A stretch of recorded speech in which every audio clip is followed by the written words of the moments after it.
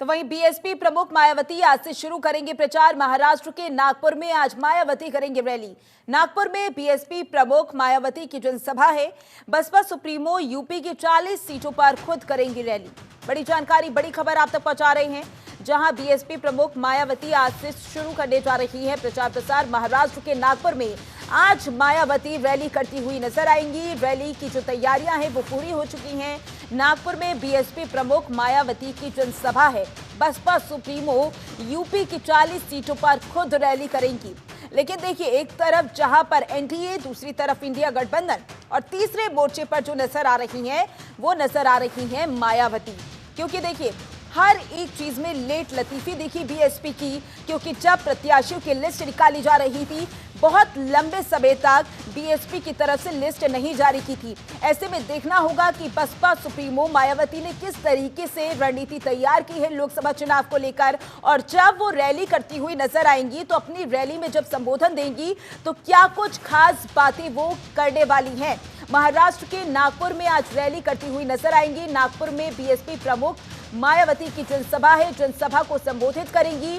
Baspa supremo UP की 40 सीटों पर खुद रैली करने वाली है। स्टार प्रचारकों की लिस्ट सामने आ गई है। ऐसे में 40 सीटों पर खुद रैली करती हुई मायावती नजर आने वाली हैं।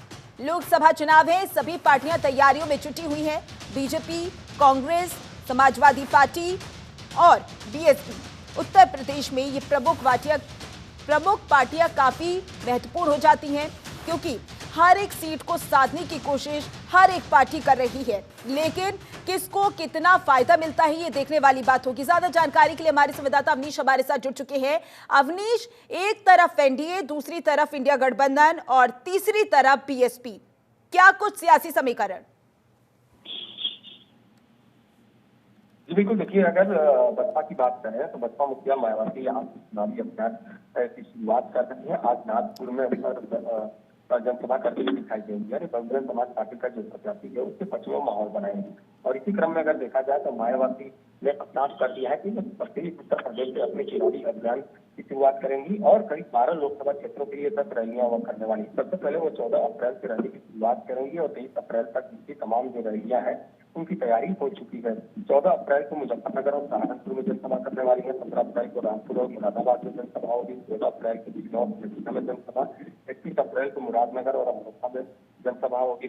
30 अप्रैल हैदराबाद और मेरठ में जनसभा की जाएगी। यानी इस तरीके से अगर कहा जाए तो 2019 के लोकसभा चुनाव में सहारनपुर, बिजनौर, अमरोहा और नगीना सीट पर बहुजन समाज पार्टी ने जीत हासिल की थी और उसी को लेकर यह माना जा रहा है कि सीटों पर फिर से कब्जा करने के लिए मायावती ने पूरी तरह रणनीति को तैयार किया है। और मायावती लंबे समय से अपने कैडर को लेकर लगातार बैठक करती रही है और कहीं न कहीं जीत के लिए तमाम जो सियासी रणनीति है उसको बनाने की पूरी कोशिश करती हुई दिखाई।